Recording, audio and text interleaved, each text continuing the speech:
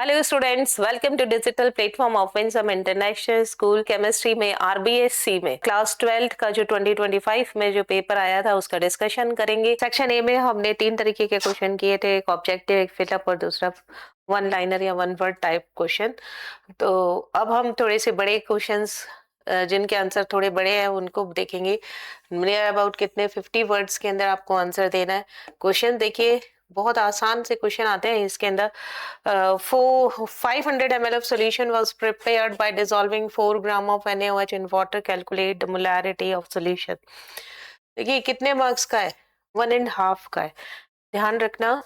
तो यहाँ पे जो चीज जैसे गिवन हो वो सब लिखिए। आपके पास में क्या है, 500 ml ऑफ सोल्यूशन, यानी वॉल्यूम कितना है आपके पास में सोल्यूशन का, 500 ml। और prepare by dissolving 4 gram of NaOH।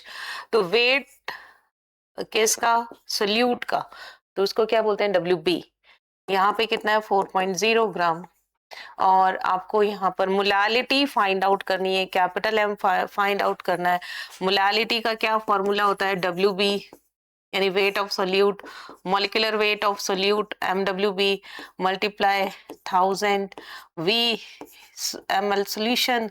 और किस में होता है ये, ml में। सब चीजें यहाँ पर गिवन है। एक मॉलिक्यूलर वेट हम फाइंड आउट कर लेते हैं। मॉलिक्यूलर वेट MWB यानी मॉलिक्यूलर वेट ऑफ NaOH कितना होता है, ये आपको मालूम भी, याद भी होना चाहिए। नहीं याद है तो आप फाइंड आउट कर लीजिए। एटॉमिक वेट होता है 23 multiply 1 plus 16 multiply 1 plus 1 multiply 1। तो आपके पास टोटल कितना आ जाएगा, 40 ग्राम पर मोल।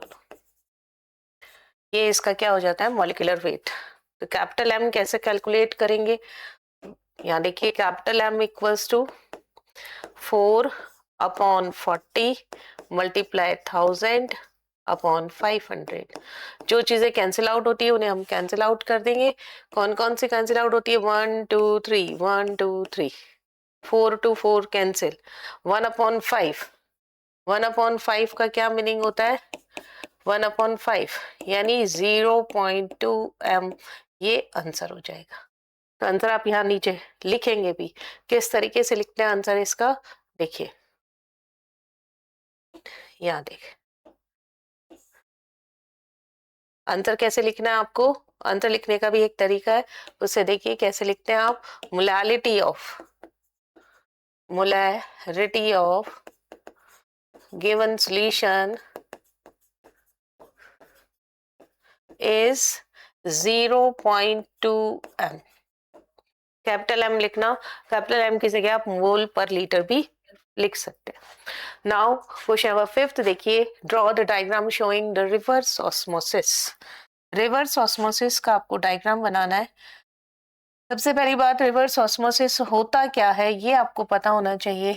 यहाँ पे हम एक कंटेनर लेंगे, एक ऐसा कंटेनर जिसमें सेमी परमिएबल मेम्ब्रेन लगी होगी, है ना।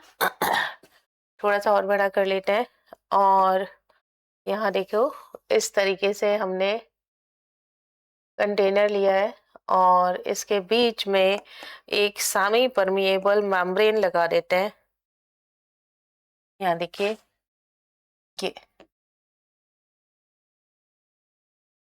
ये हो गई यहाँ पर सेमी परमिएबल मेम्ब्रेन।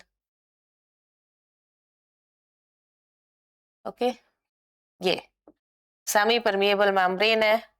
और यहाँ पर इसके अंदर एक साइड में हम क्या लेंगे, सॉल्यूशन लेंगे।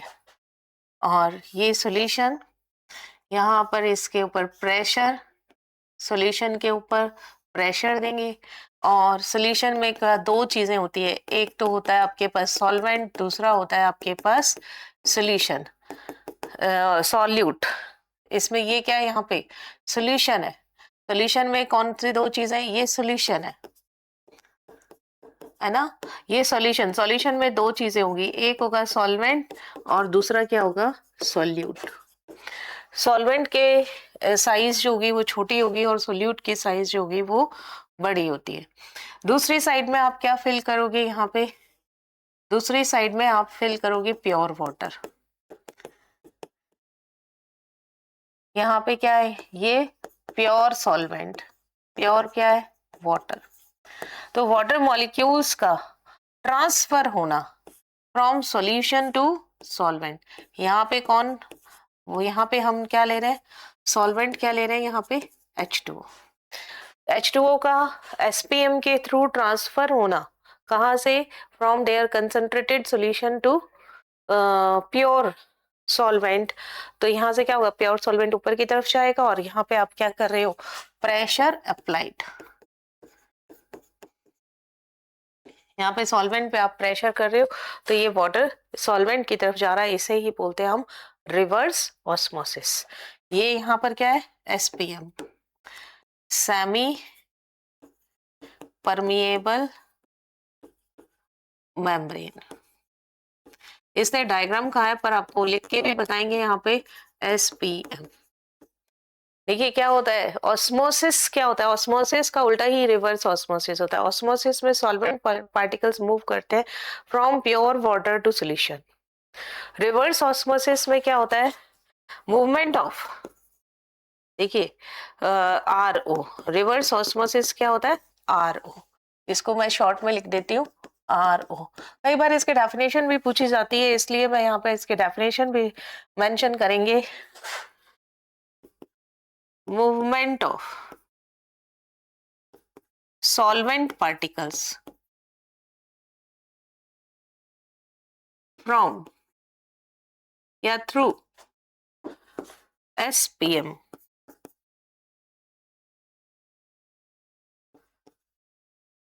from solution to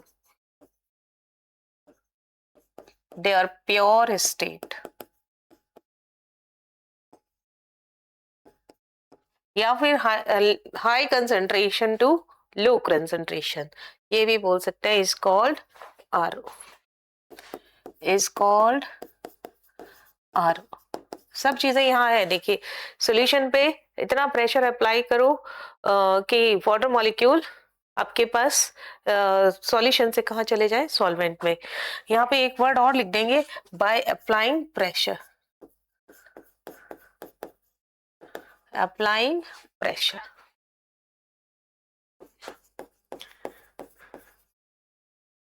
on solution is called RO।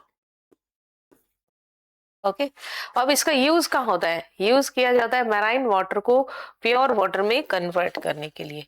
Application क्या है, यूज ऑफ RO। RO का यूज कहाँ किया गया था, फॉर सॉफ्टनिंग ऑफ वाटर या for desalination of sea water. Okay now next देखिए क्वेश्चन क्या कहता है। यहाँ पे इतना लिखने की जरूरत नहीं है, आपको सिर्फ डायग्राम पूछा तो आप सिर्फ डायग्राम करिए, परंतु ऐसा होता है कि बहुत बार जब डायग्राम आ जाता है तो अब हमें डेफिनेशन पूछ लेते हैं, यूज पूछ लेते हैं, तो आपको डायग्राम के साथ में ये सब चीजें भी यहाँ पे पता होनी चाहिए। Now nickel cadmium, draw the labelled diagram of nickel cadmium cell. बहुत ही इंपॉर्टेंट है निकल कैडमियम सेल, और किस तरीके से इसका डायग्राम ड्रॉ करना है ये देखिए। यहाँ से आप एक मेटेलिक कंटेनर लेते हैं, इस मेटेलिक कंटेनर से एक ऐसे रॉड जैसी शेप ऐसे होता है यहाँ पे, चलो ये तो सीधा हो जाएगा, बाय हैंड ही बनाते हैं इसको अलग कलर से। यहाँ से एक इलेक्ट्रोड है और ये इलेक्ट्रोड किससे अटैच होती है, कैडमियम की होती है, और किससे अटैच है ये, इस मेटालिक कंटेनर से। This one is metallic container. ये क्या है आपके पास में, मेटालिक कंटेनर, और यहाँ पे आपने क्या जोड़ दिया है, कैडमियम की रॉड जोड़ दी है। ये कैडमियम है CD, और ये किसकी तरह बिहेव करता है, मेटालिक कंटेनर एनोड की तरह बिहेव करता है। और यहाँ पे ये एनोड वाला हिस्सा कैसा होता है, नेगेटिव। सबसे बड़ी बात है ये रिचार्जेबल होता है। और इसके बीच में देखिए क्या होगा, यहाँ पर एक इलेक्ट्रोड लगा होता है ऐसे, ग्रीन कलर का ले लेते हैं। ये ऐसे बीच में एक सेल है। तो ये देखिए इस तरीके से ये पूरा कंटेनर पैक होता है और बाहर से ये कंटेनर पूरा पैक है और इसके बाहर ऐसे नोब जैसा निकला रहता है। तो ये क्या हो गया यहाँ पर, इससे एक यहाँ पे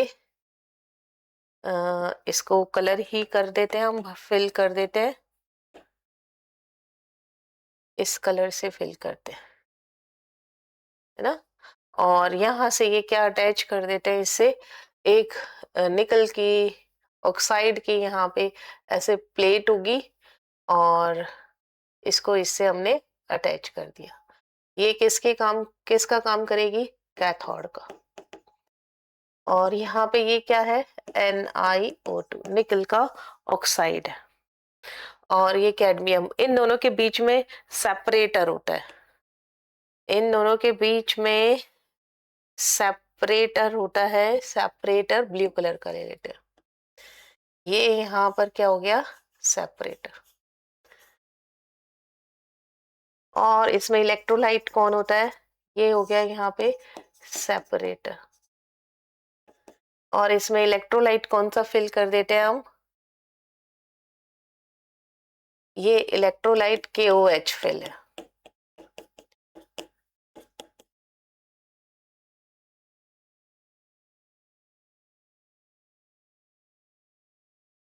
इलेक्ट्रोलाइट यहाँ पर ये पॉजिटिव है और ये यहाँ पर इलेक्ट्रोलाइट है। इलेक्ट्रोलाइट यहाँ पे क्या है, KOH। अब देखिए इसमें कैसे रिएक्शन, ये आपको सिर्फ डायग्राम बनाना था परंतु इसके बारे में भी आपको पता होना चाहिए, इसके चार्जिंग डिस्चार्जिंग रिएक्शंस कौन कौन सी होती है। ये अभी तो इसने क्या पूछा है, सिर्फ निकल कैडमियम का इन्होंने सेल ही पूछा है। और दूसरी बात अगर इसके अंदर आएगा कि आप इसमें रिएक्शन लिखो, अब ऐसा भी आ सकता है, या सिर्फ चार्जिंग की रिएक्शन लिखिए या डिस्चार्जिंग की रिएक्शन लिखिए। तो इस तरीके के यहाँ पे कई क्वेश्चंस यहाँ पर पूछे जाते हैं। तो देखिए सबसे पहली बात क्या, इट इज सेकेंडरी सेल। और जितने भी सेकेंडरी सेल होते हैं वो क्या होते हैं, rechargeable. It is rechargeable, rechargeable होते हैं, सारे के सारे रिचार्जेबल होते हैं। और जो प्राइमरी होते हैं, जो आप यूज में लेते हो, वन टाइम यूज में लेते हो, वो सारे के सारे प्राइमरी सेल होते हैं। जैसे पेंसिल सेल यूज में ले रहे हो या जो और भी छोटे सेल होते हैं, गीजर में डालने वाले सेल होते हैं, ये वन टाइम यूज होते हैं। तो ये क्या होते हैं, प्राइमरी सेल होते हैं। लेकिन इन्वर्टर की जो बैटरी है, कारों की बैटरी है या गाड़ियों की बैटरी है, उसे आप रिचार्ज कर सकते हो। तो वो क्या होता है, रिचार्जेबल जितने भी होंगे वो क्या होंगे, सेकेंडरी सेल होंगे। अब आपको यहाँ पे भी पता चल गया कैथोड कौन है और एनोड कौन है। एनोड पे कौन रिएक्शन कर रहा है, यहाँ पे एनोड नेगेटिव और कैथोड क्या है, यहाँ पे पॉजिटिव है। तो ड्यूरिंग डिस्चार्ज हम कौन सी रिएक्शन लिख रहे हैं, डिस्चार्ज की रिएक्शन लिखना है। इस क्वेश्चन में आपको नहीं देना है परंतु आपको ये आना चाहिए। यहाँ पर इलेक्ट्रोलाइट कौन है, इलेक्ट्रोलाइट कौन है, KOH। और कैथोड कौन है यहाँ पे, NiO2। एनोड कौन है, कैथोड क्या है यहाँ पे, पॉजिटिव। एनोड क्या है यहाँ पर, नेगेटिव। कौन है यहाँ पे, कैडमियम।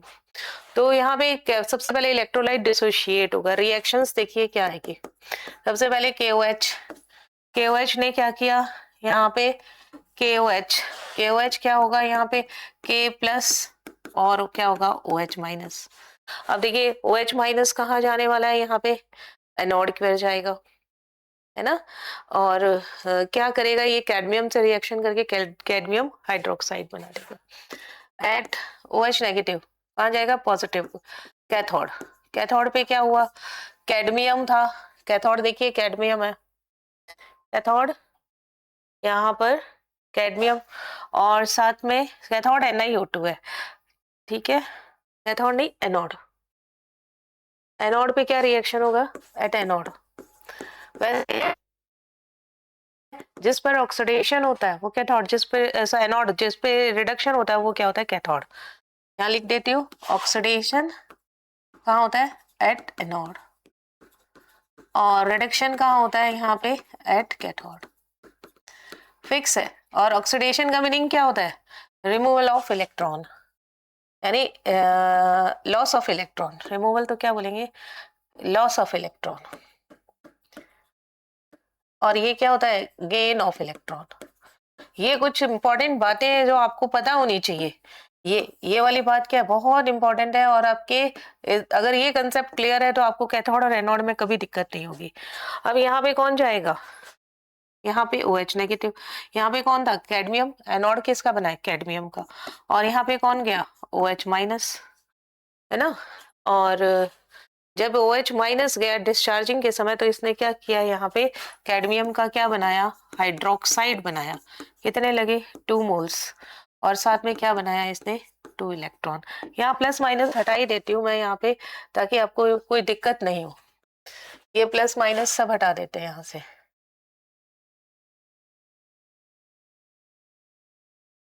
प्लस माइनस लिखने से दिक्कत हो जाती है कि यहाँ पे कौन जाएगा कौन नहीं। एनोड पर हमेशा क्या होता है? ऑक्सीडेशन होता है। और ये देखिए एनोड, इसने क्या किया? Loss of electron. और जब ये लॉस ऑफ इलेक्ट्रॉन हुआ यहाँ पर, तब ये इलेक्ट्रॉन कहाँ जाएंगे? कैथोड पर। कैथोड को क्या कर रहा है? Electron gain. कैथोड पे कौन है यहाँ पे? NiO2। इसने क्या किया? इलेक्ट्रॉन्स, ये वाले 2 इलेक्ट्रॉन गेन किए। और साथ में कौन है? 2 मोल्स ऑफ H2O। और यहाँ पे क्या बन जाएगा? NiOH का होल ट्वाइस। और साथ में क्या बनने वाला है? यहाँ पे 2OH माइनस। ये देखिए बैलेंस है। रिएक्शन रिएक्शन बैलेंस होनी चाहिए। यहाँ पे 2 इलेक्ट्रॉन्स, NiO2, 2H2O, NiOH का होल ट्वाइस और OH माइनस। अब आपको क्या करना है? कंप्लीट रिएक्शन लिखनी है। Complete reaction. कंप्लीट रिएक्शन में क्या करते हैं? आप इसको दोनों को जोड़ देते हैं। तो आप देखिए यहाँ पे ये OH माइनस, ये OH माइनस कैंसिल, ये इलेक्ट्रॉन कैंसिल। तो आपके पास क्या रहता है? CD NiO2 पर 2 मोल्स ऑफ वाटर। और साथ में क्या रहने वाला है यहाँ पर? CdOH का होल ट्वाइस और साथ में NiOH का होल ट्वाइस, है ना। अब जब चार्जिंग करेंगे ना तो इसकी रिवर्स रिएक्शन, ये क्या है? डिस्चार्ज के समय ऐसा हो रहा है ना। डिस्चार्ज के समय क्या हुआ? एनोड पर आपको इलेक्ट्रॉन लूज हुए और कैथोड पर इसने इलेक्ट्रॉन को गेन किया, क्योंकि कंसेप्ट ये वाला चलता है। प्लस माइनस यहाँ पे इलेक्ट्रोलाइसिस में और दोनों में फर्क होता है। यहाँ पर दोनों तरीके के सेल में, डेनियल सेल में और इलेक्ट्रोलाइटिक सेल में, कि यहाँ पर प्लस माइनस अपोजिट हो जाते हैं, पर ये कंसेप्ट जो होता है वो सेम रहता है। अगर आप यहाँ पे डिस्चार्जिंग की रिएक्शन लिखना चाहते हो तो एनोड पर जो लिखा है इसका रिवर्स कर दो, है ना। और कैथोड पर जो लिखा है उसका रिवर्स कर दो। तो यहाँ पर एनोड की रिएक्शन कैथोड पे और कैथोड की रिएक्शन कहाँ हो जाती है? एनोड पे। और पूरी कंप्लीट यहाँ पे रिवर्स रिएक्शन होती है। ये हो गई डिस्चार्ज की। और चार्जिंग की इसकी अपोजिट रिएक्शन लिख लेना। NiOH का whole twice 2OH minus, NiO2 plus. Electron देखिए लूज होना, इलेक्ट्रॉन लूज किस पे होते हैं? एनोड पे। लिख के बताते हैं आपको, ड्यूरिंग चार्जिंग। अब हमने बैटरी डिस्चार्ज हो गई, हमने चार्ज पे लगाया। आपके पास क्या था? एनोड। एनोड पे क्या होता है आपके पास? इलेक्ट्रॉन लूज होते हैं, है ना। अब देखिए इलेक्ट्रॉन लूज कहाँ हो रहे हैं? इस रिएक्शन में तो यहाँ हो रहे हैं। तो ये एनोड की रिएक्शन होगी, यहाँ इलेक्ट्रॉन लूज होंगे। तो आपको क्या करना है? इसकी रिवर्स रिएक्शन लिख दो। NiOH का whole twice plus 2OH minus, NiOH का whole twice plus 2OH minus. क्या बनाएगा ये? NiO2। और क्या बनाएगा? 2 मोल्स ऑफ H2O। और क्या बनाएगा? यहाँ पे 2 इलेक्ट्रॉन। लॉस ऑफ इलेक्ट्रॉन ही क्या होता है यहाँ पे? एनोड पे होता है। एट कैथोड, कैथोड पे क्या होता है? गेन होता है इलेक्ट्रॉन का। इलेक्ट्रॉन गेन देखिए यहाँ इसकी रिएक्शन उल्टी लिखिए। एनोड वाली रिएक्शन है ना, इसको उल्टा लिख दो। CdOH का होल ट्वाइस प्लस 2 इलेक्ट्रॉन। और आपको यहाँ पे देखिए क्या मिल जाएगा? CD plus 2OH minus. Overall reaction देखिए, ये चार्जिंग की रिएक्शन हो गई। ओवरऑल जितनी भी सेकेंडरी सेल है उनमें सब में आपको इसी तरीके से करना है।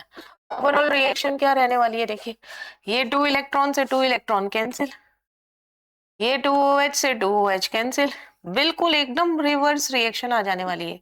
तो ये क्या बना, NiOH का होल ट्वाइस प्लस CdOH का होल ट्वाइस और NiO2 plus CD plus 2H2, है ना। तो इस तरीके से हमने यहाँ पे किसकी रिएक्शन लिख ली, चार्जिंग की रिएक्शन। और आप देखिए डिस्चार्ज की क्या थी, CD NiO2 2H2, ये यहाँ आ गया, और जो प्रोडक्ट थे वो क्या बन गए यहाँ पे, रिएक्टेंट बन गए, और जो रिएक्टेंट थे वो प्रोडक्ट बन गए। यही होता है यहाँ पे। नेक्स्ट देखिए, ये हो गई आपके पूरा पूरा का पूरा जो पूछते हैं ना, निकल कैडमियम सेल में कौन कैथोड है कौन एनोड है, क्या होगा चार्जिंग के समय, क्या होगा और डिस्चार्जिंग के समय क्या होगा, रिएक्शन लिखिए, ओवरऑल रिएक्शन लिखिए, ये पूरा ये हो गया। नाउ नेक्स्ट देखिए question number 7th, Fe+2 ions calculate the spin only magnetic moment for Fe+2 aqueous ions। अब देखिए स्पिन ओनली, न्यू एस क्या होता है, रूट n+2, और यूनिट क्या होती है, pm। मैग्नेटिक मोमेंट जो होता है वो इसके इक्वल होता है, न्यू एस, ये क्या होता है, spin only magnetic moment. Now n क्या होता है, नंबर ऑफ अनपेयर्ड इलेक्ट्रॉन। अब आपके पास में देखिए Fe कितने नंबर पे आता है, 26 पे, +2 लिखना है मुझे, तो आर्गन तो होगा ही होगा, +2 कैसे लिखते हैं, पहले देखिए पूरा लिख दिए 3d6 4s2, है ना, 3d6 4s2, ये किसका है, Fe का है, और 4s2 हटा देंगे तो क्या हो जाएगा आपके पास में Fe+2। Fe+2 का मतलब 3D बनाए, 1 2 3 4 5, 1 2 3 4 5 6, नंबर ऑफ अनपेयर्ड इलेक्ट्रॉन यहाँ पे कितने आ गए, 4, 1 2 3 4, और न्यू एस की वैल्यू कितनी आ जाएगी यहाँ पे, new S is equal to कितना हो जाएगा यहाँ पे, new S is equal to √4 4+2, यानी कितना हो जाएगा, √4 × 6 कितना हो जाएगा, √24, √24 कितना होता है, 4.96 pm। ये क्या हो गया, new S answer. Now next क्या कहता है, देखिए lanthanide, explain lanthanide contraction. Lanthanide contraction क्या होता है, इसको आपको बताना है कि क्या होता है, डिफाइन करना है ना। तो लेंथेनाइड कॉन्ट्रैक्शन डायग्रामेटिकली भी बता सकते हैं आप और वैसे भी बता सकते हैं। लेंथेनॉइड कॉन्ट्रैक्शन है ना, इसमें decrease in size, atomic size,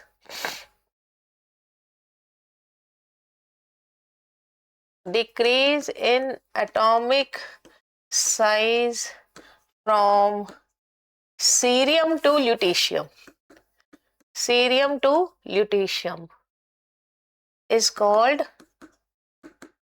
lengthenide contraction, lengthenide contraction। अब डिक्रीज क्यों हुआ, इसका मतलब क्या है, सीरियम का साइज कैसा है, बड़ा, और ल्यूटेशियम का साइज कैसा है यहाँ पे, छोटा। ये देखिए ये है सीरियम इतना बड़ा, और इसके बीच में क्या है, 14 एलिमेंट्स, ये है ल्यूटेशियम, है ना। कौन सा है यहाँ पे, ये देखिए आप यहाँ सीरियम और यहाँ पे कौन है, ल्यूटेशियम। आप कहाँ से कहाँ तक जा रहे हैं, सीरियम टू ल्यूटेशियम। जब आप सीरियम टू ल्यूटेशियम जाते हैं यानी 4f, है ना, 4f के इलेक्ट्रॉन है ये, इसके अंदर क्या होता है, ENC, तो इसका क्या होगा, इंक्रीज। शील्डिंग इफेक्ट क्या होता है इसका, डिक्रीज। सो एटॉमिक साइज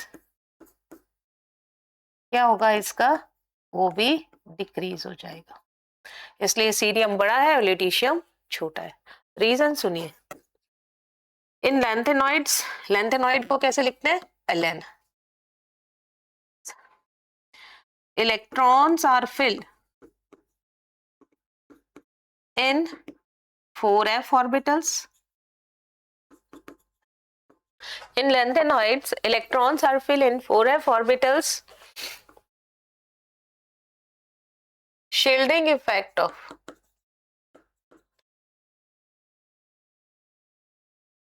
ऐसे लिखो पहले 4f orbitals are present in pre-penultimate cell.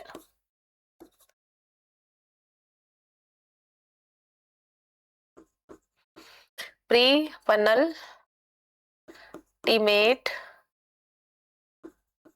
cell. So their shielding effect is poor.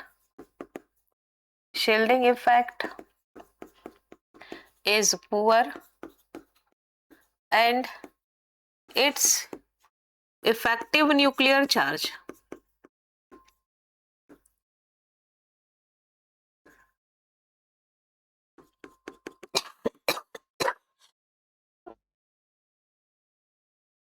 is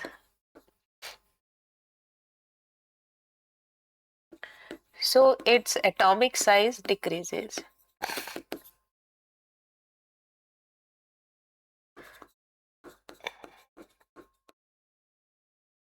It is called lanthanide contraction.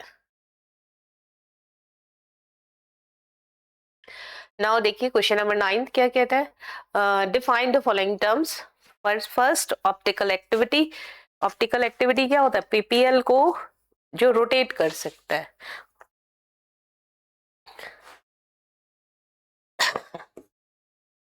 First देखिए ए का आंसर क्या होगा? Those molecule which rotate plane polarized light.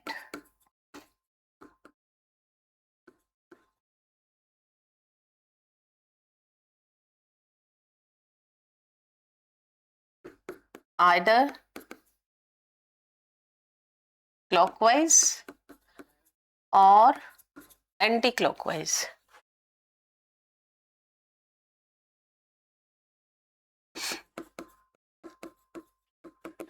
This property of molecule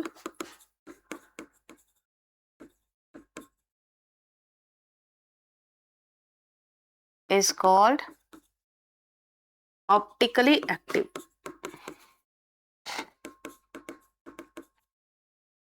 कैसे? देखिए आपके पास में ये plane polarised light है, पीपीएल है ना. ये क्या है? पीपीएल. पास किया आपने, इसमें से पीपीएल को पास करना है. ये ऐसे सॉल्यूशन है ना. ये सॉल्यूशन है, ऑप्टिकली एक्टिव सॉल्यूशन. ये क्या है यहाँ पे? Optically active solution. इससे क्या होगा? इससे लाइट या तो ऐसे हो जाएगी क्लॉकवाइज रोटेशन. ये क्या होता है? Dextro rotatory. अब आप खुद देख सकते हैं, आपके पास प्लेन यहाँ पे क्या था? This is plane. ऐसे थी लाइट है ना, ये लाइट थी. अब इसने क्या किया? रोटेट कर दिया ऐसे एंगल से. देखिए ये ऐसे रोटेट कर दिया, तो ये क्लॉकवाइज रोटेशन हो गया. या क्या हो सकता है आपके पास में? रोटेशन कैसा हो सकता है मॉलिक्यूल का? Anti clockwise. तो इसे क्या बोलते हैं आप? Laevo rotatory. ये जो प्रॉपर्टी होती है ना, इसी को बोलते हैं हम ऑप्टिकल एक्टिविटी. नाउ चिरैलिटी क्या होता है? चिरैलिटी का मतलब होता है कि जब कोई दो मिरर इमेज एक दूसरे को सुपर इम्पोज ना करे, तो उसे हम क्या बोल देते हैं? चिरैलिटी. When mirror image do not superimpose to each other. भी देखिए चिरैलिटी या किरैलिटी. क्या बोलते हैं इसे? किरैलिटी. चिरैलिटी, किरैलिटी. When mirror image do not superimpose to each other. Here does not superimpose to each other is called chirality. जैसे एक एग्जाम्पल देखिए, यहाँ पे अगर मैंने यहाँ पे लिख दिया Cl, यहाँ लिख दिया OH, ABCD कर देते हैं, यहाँ लिख दिया H, यहाँ लिख दिया D। अब इसकी मैंने क्या बनाई, मिरर इमेज। तो जो H साइड है वो क्या हो गया, यहाँ देखो ये आ गया, यहाँ पे OH, ये आ गया Cl, यहाँ पे H, यहाँ पर D। तो ये दोनों एक दूसरे के सुपर इम्पोज नहीं होंगे, और सुपर इम्पोज नहीं होंगी क्योंकि एक साइड में Cl है और दूसरे साइड में, इस साइड में कौन है, OH, जैसे हमारे हाथ की तरह। तो ये क्या होता है, किरालिटी प्रॉपर्टी होती है। नाउ नेक्स्ट देखिए क्वेश्चन क्या कहता है, explain the mechanism of unimolecular nucleophilic substitution reaction, जिसे शॉर्ट में आप क्या बोलते हो, SN1, है ना। मैकेनिज्म बताना है आपको इसका, पहले रिएक्शन लिखते हैं और उसके बाद मैकेनिज्म बनाते हैं। मैकेनिज्म में देखिए, इन SN1 रिएक्शन, इसको बोलते हैं यूनिमोलिकुलर सब्स्टिट्यूशन रिएक्शन। SN1 को क्या बोलते हैं, unimolecular substitution reaction. In rate of reaction is proportional to Rx, only Rx, एक ही मॉलिक्यूल पे डिपेंड करेगी, है ना। और दूसरी बात आपको क्या ध्यान रखना है इसमें, इंटरमीडिएट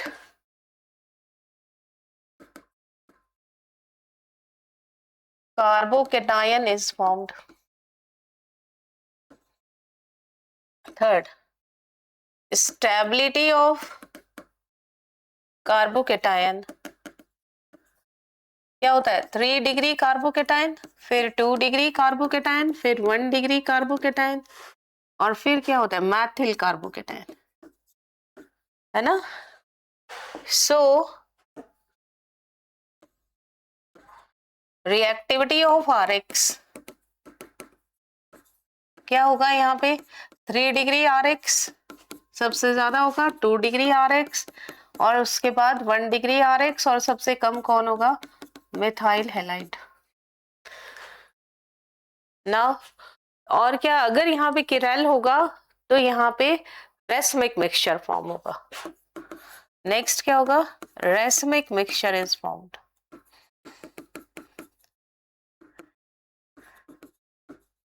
अब मैकेनिज्म से पहले आप एक रिएक्शन लिखिए, CH3 CH3 CH3 Cl, और आपने इससे क्या किया, एक्वस के OH से रिएक्शन करा दी। तो आप देखिए क्या बनेगा, CH3 CH3 CH3 OH plus KCl। Mechanism देखिए, इसका मैकेनिज्म सबसे पहले KOH कैसे ब्रेक होगा, K प्लस OH माइनस, फिर उसके बाद में CH3 CH3 CH3 और Cl। ये कैसा है यहाँ पे डेल्टा नेगेटिव, ये कैसा है यहाँ पे डेल्टा पॉजिटिव, और इन तीनों का क्या होता है, प्लस साइड इफेक्ट। और यहाँ पे क्या बन जाता है, CH3 CH3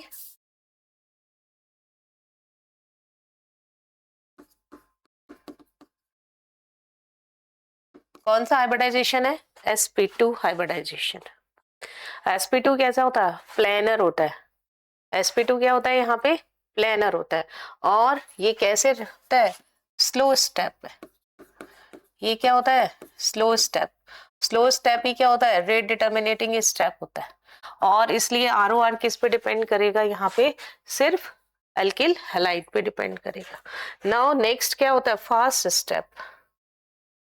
यहाँ पे नेक्स्ट स्टेप क्या है, यहाँ पे फास्ट स्टेप है। फास्ट स्टेप में क्या होगा, CH3 CH3 CH3 ये प्लस, OH माइनस। अब ये इसके फ्रंट से भी कर सकता है और बैक से भी अटैक कर सकता है। ये कैसा होता है यहाँ पे फास्ट स्टेप, और जो फास्ट स्टेप होते हैं वो रीडिटर्मिनेटिंग स्टेप नहीं होते। यहाँ पे क्या बना, कार्बोकैटायन इंटरमीडिएट, कार्बोकैटायन इंटरमीडिएट। और इन्होंने क्या दिया, CH3 CH3 CH3 और OH। क्या हो गया, इसका नाम क्या हो गया, 3 डिग्री अल्कोहल, है ना। और अगर इसका IUPAC नाम करना चाहें तो 2 मैथिल 2 प्रोपेनॉल, 2 मैथिल 2 प्रोपेनॉल, है ना, ये हो जाएगा। नाउ नेक्स्ट देखिए, मैकेनिज्म हो गया इसका, और K और Cl क्या बन जाएगा, KCl बन जाएगा, प्लस Cl माइनस यहाँ लिख देना। नाउ नेक्स्ट देखिए, क्वेश्चन नंबर 11 देखिए क्या कहते हैं, right the structural formula of the following. First isopropyl alcohol, first क्या है यहाँ पे, आइसोप्रोपाइल। आइसो क्या होता है, this one is iso, this one is iso, ये प्रोपाइल। और स्ट्रक्चर ही बनाना है आपको यहाँ पे, बट आप यहाँ पे इसका नेम लिख सकते हैं, 2 प्रोपेनॉल। IUPAC नेम क्या आएगा इसका, 2 प्रोपेनॉल। कॉमन नेम क्या आएगा इसका, आइसोप्रोपाइल अल्कोहल। नेक्स्ट देखिए, बी में क्या कह रहा है ये, सेकेंडरी ब्यूटिल अल्कोहल। अब सेकेंडरी ब्यूटिल आना चाहिए ना, दिस वन इज सेकेंडरी, ये सेकेंडरी है ना, चाहे इस पे लगाओ इस पे लगाओ एक ही बात है। CH3 CH CH2 CH3, इसका नाम क्या हो गया, कॉमन नेम तो यही है जो दिया इसने, सेकेंडरी ब्यूटाइल अल्कोहल। और अगर आप इसमें IUPAC नेम देखना चाहते हैं तो क्या आएगा, 2 ब्यूटेनॉल। नाउ नेक्स्ट देखिए, draw the resonating structure of phenol. Phenol की रेजोनेटिंग स्ट्रक्चर बनानी है। अब देखिए, जब भी ये बेंजीन रिंग और ये आपने लगा दिया OH, जब भी बेंजीन रिंग से ऐसा एटम हो जिसके पास पहला ऐसा एटम हो जिसके पास में लोन पेयर है, नेगेटिव है, तो वो क्या जाते हैं, इलेक्ट्रॉन लोन पेयर जो होते हैं वो रिंग में जाते हैं। तो मैं यहाँ पर देखिए, ये वाला बॉन्ड बनाएगा तो जहां से लिया वहां टेल और जहां जाना है वहां पे हेड। तो कार्बन अपना ऑक्टेट एक्सपेंड नहीं कर सकता, ये 2 एरो साथ बनेंगे। अगर साथ बनेंगे यहाँ पे तो देखो, ऑर्थो पोजीशन पे क्या आ गया आपके पास, नेगेटिव, यहाँ क्या हो गया, डबल बॉन्ड, यहाँ एक ही लॉन पेयर बच गया तो पॉजिटिव, और ये आ गया नेगेटिव, इन दोनों में कोई चेंज नहीं। अब कौन चलता है, जब भी ऐसी सिचुएशन होती है तो कौन चलता है यहाँ पे, सबसे पहले नेगेटिव चलेगा, है ना। यहाँ देखिए, नेगेटिव क्या करेगा, यहाँ पे बॉन्ड बनाएगा, ये बॉन्ड क्या करेगा इस कार्बन के ऊपर। नेक्स्ट हमारे पास में क्या सिचुएशन आ जाएगी, कहाँ पे आ जाएगा, कार्बन पैरा पोजीशन पे नेगेटिव, यहाँ पे डबल, यहाँ पे डबल, यहाँ पे डबल, ओ पर एक लॉन पेयर पॉजिटिव और H। अब क्या चलेगा, फिर नेगेटिव चलेगा, नेगेटिव ने बॉन्ड बना लेना है और बॉन्ड ने कार्बन पर इलेक्ट्रॉन। तो यहाँ पे आपके पास फिर से क्या बन गया, ये फिनॉल, यहाँ पे आ गया नेगेटिव, यहाँ पे डबल, यहाँ पे डबल, यहाँ पे डबल, O पे एक लॉन पेयर और ये हाइड्रोजन, यहाँ पे पॉजिटिव। अब क्या होगा, फिर नेगेटिव चलेगा, इस नेगेटिव ने बॉन्ड बनाया और इसने अपना इलेक्ट्रॉन वापस ले लिया। तो आप देखिए नेक्स्ट हमारे पास क्या सिचुएशन हो जाएगी, ये डबल, ये डबल, ये डबल, ये सिंगल, यहाँ पे इसका लॉन पेयर वापस पहुंच गया और H, यहाँ पे ये एरो आता है और ऐसे एरो हम दूसरे से बनाएंगे, ये वाला एरो यहाँ पर, और यहाँ पे क्या लगाना है, इनके 3 के बीच में स्क्वायर ब्रैकेट, यहाँ पे ये एरो, इन दोनों के बीच में डबल हेडेड एरो। तो इस तरीके से यहाँ पे ऑर्थो और पैरा पर क्या आता है, नेगेटिव चार्ज, नेगेटिव चार्ज आ रहा है, इसलिए ये ऑर्थो पैरा डायरेक्टिंग ग्रुप है ना। इन दिस, ये यहाँ पे क्या है, रेजोनेटिंग स्ट्रक्चर ऑफ फिनॉल। आगे देखो, इन RS मतलब रेजोनेटिंग स्ट्रक्चर, है ना, रेजोनेटिंग स्ट्रक्चर को आप क्या बोलते हैं, RS। In resonating structure of phenol ortho and para positions has negative charge, so OH group is ortho and para directing group, है ना। एक चीज और आपको यहाँ ध्यान रखनी है, इन RS electron density in benzene ring increases, so OH group is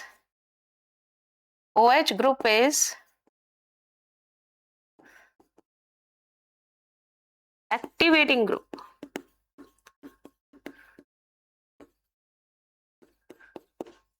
okay ये दो बातें आपको यहाँ पे पता होना चाहिए। नाउ नेक्स्ट देखिए, कंप्लीट फॉलोइंग केमिकल रिएक्शंस।